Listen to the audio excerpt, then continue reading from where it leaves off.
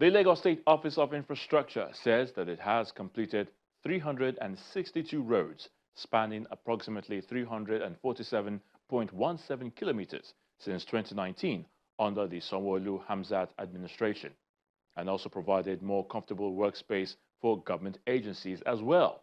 Now, the Special Advisor on Infrastructure, Mr. Olufemi Daramola, and the State Special Advisor on Works, Mr. Adekunle Olayinka, made this known at the 2026 Ministerial Press Briefing. Here's how it went. Road infrastructure is the backbone of any booming economy, and in a megacity like Lagos, it's the ultimate game changer for productivity. The administration of Governor Babajide Sanwo-Olu and Kadri Hamzat has intensified efforts in delivering infrastructure projects across the 5 divisions of the state. In the last 7 years, the Office of Infrastructure, supervising all road projects led by Mr. Olufemi Daramola, says a total of 362 roads have been delivered to the people to make commuting a lot easier.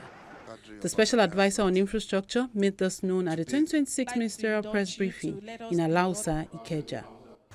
From year 2019 to date, the Lagos State government has completed 362 roads covering approximately 347 kilometers across the state, while several strategic bridge and transport solution projects have also been delivered and commissioned. In addition, the state currently has numerous ongoing road and bridge projects at various stages of completion, reflecting a sustained commitment to infrastructure renewal and strategic urban development despite prevailing economic realities and rising construction costs. Highways, inner roads, vehicular bridges, and pedestrian bridges continue to receive deliberate statewide attention as part of broader efforts aimed at improving transportation efficiency and urban resilience. Kindly recall that at the last engagement, the Office of Infrastructure reported the completion of 61 roads covering a total length of approximately 56 kilometers. Since then, the office has sustained momentum in infrastructure delivery with the completion of an additional 130 roads spanning approximately 113 kilometers. In the same period, its agencies have continued to record visible and measurable progress across several strategic and transformative projects within the state. Notably, amongst the additional roads delivered are major strategic infrastructure projects such as the Okpebi-Mende Link Bridge and Approach Roads, which marked a significant milestone in improving connectivity across Ikeja, Maryland, Ojota corridor, while easing pressure on adjoining roads. Complementary junction improvement and traffic integration works within the corridor are still ongoing and nearing completion to ensure seamless vehicular operations upon opening to traffic. Other key projects delivered during the period include the Babajide Sanwo-Olu Road, that is Dokwemu Road in Agege, Abaranje Road in Alimosho, as well as the Aradagun Musafejo Ajido-Imeki Road, Samuel Ekudayo and Toga roads in Badagry axis. All these roads have contributed significantly to improving mobility, accessibility, and socio-economic activities across various parts of the state. The Etiosa-Lekki-Ekpe Expressway, Berigbe Road in Ikorodu, Ijegu-Njagemo Road in Alimosho area of the state, and 9 other roads are all ready for commissioning. The state government has also recorded substantial progress on several transformational infrastructure projects that have been completed and are ready for commissioning across different parts of the state. These include the rehabilitation and upgrading of the Etiosa-Lekki-Ekpe Expressway corridor, particularly from Eleko Junction through Awoyaya, Green Springs, Majek, Ogidon, and all the way to Abraham Adesanya. In anticipation of the Green Line Rail Corridor, infrastructure development to accommodate the same has progressed substantially from Abraham Adesanya intersection to Ajah Flyover intersection, which are expected to significantly improve traffic flow and regional connectivity along the Lekki axis. To complement the reconstruction works on the axis, the state has rehabilitated the asphalt pavement from the Ajah flyover to Admiralty intersection on both bounds, thus serving as an alternative to the transformational Lagos-Calabar coastal road. Also completed and ready for commissioning, Agberigbe Road, that is from Iwu-Elepe to Bodu Junction, and Adamo Akonu Agunfoye Lugbosi Road in Ikorodu, Akakemberi Road in Ojo, Ijegun Ijagemo and Akeson Igodo roads in Alimosho. We have the Makwen, Ikoya, Oloto, and Bose Nomo in Etiosa. These roads have further enhanced accessibility and improved road conditions within key residential and commercial corridors across the metropolis. In the area of office accommodation for public servants, the Special Advisor on Works, Mr. Adekunle Olayinka, says the state government has provided an additional 19,525 square meters workspace to reduce the cost of rentals for government agencies. The Office of Works has made significant strides in enhancing state infrastructure portfolio and restoring infrastructure assets. So here are some of the key impacts of our effective and efficient service delivery. With a vision to be Africa's model smart city and in demonstrating the commitment to complete all ongoing projects, this administration embarked upon the completion works on the Bola Ahmed Tinubu Administrative Complex and the Revenue House to strengthen the efficiency and effectiveness of the public service to ensure the provision of a sustainable office infrastructure for the state workforce. So I'll talk on the Bola Ahmed Tinubu Administrative Complex, Alausa. This is a multi-story building consisting of 4 blocks, A, B, C, and a pavilion. It has one 8-floor block and 2 5-floor blocks, each delivering about 7,362 square meters of office space on 2.01 hectares. The renovation of Revenue House Alausa Ikeja. The Revenue House was acquired out of a triple desire to accommodate all the state parastatals, departments, and agencies that have to do with revenue generation in the state under one roof within the secretarial vicinity to promote synergy and make payments seamless for the people. So the multi-agency building, which of course has been named as Bola Ahmed Tinubu Administrative Complex, consists of, as I've said before, three blocks, A, B, C, and D.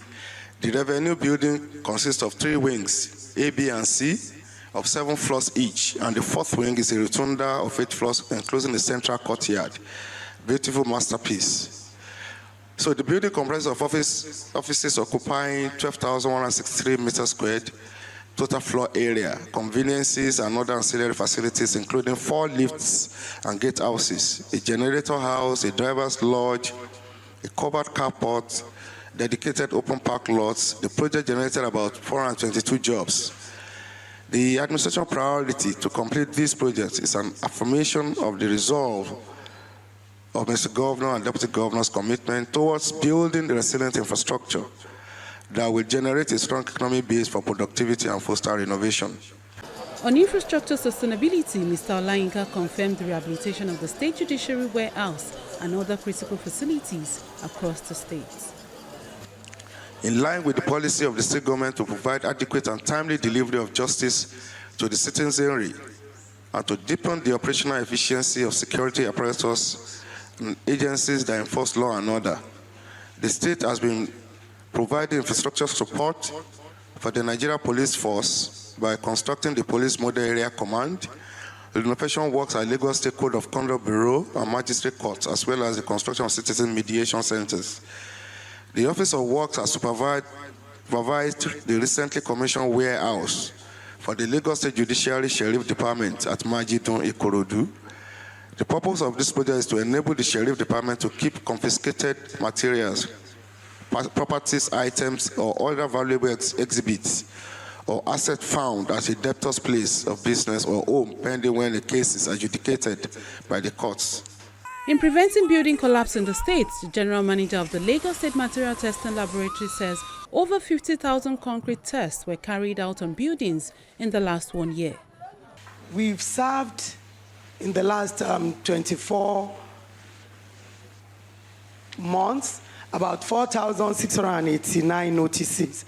That is buildings and project sites we have reached, and out of which some have complied, some haven't. We have about 46.9 sites that has complied. Meanwhile, about 53 hasn't, and we have sealed off all those buildings. 7,259 steel tests were done in the last 12 months, and about 56,959 concrete tests was done in Lagos State. Now, what we do again is making sure that there is e-reporting of results. Over time, we discover that many clients will tell our agents and our staff when they get to their various sites that they've tested, but they don't have results on hand. But because of the new technology we have drafted now, staffs could actually go on our Verify portal page and identify if they've paid what they paid for and the number of tests we've carried out. So that this has helped in tracking defaulters and developers and citizens that has actually refused to work. Lagos State Public Works Corporation is also not left out in the conversation. The agency assures the public of rehabilitating all bad roads during and after the rainy season. The wet seasons are here already, and by means of preventive maintenance, quite a number of our usual trouble spots have been identified based on experience, and work is ongoing in the areas of desilting and ensuring that the drains are functional. You must acknowledge that once the drains are functional and effective, continued maintenance and use of the road is guaranteed.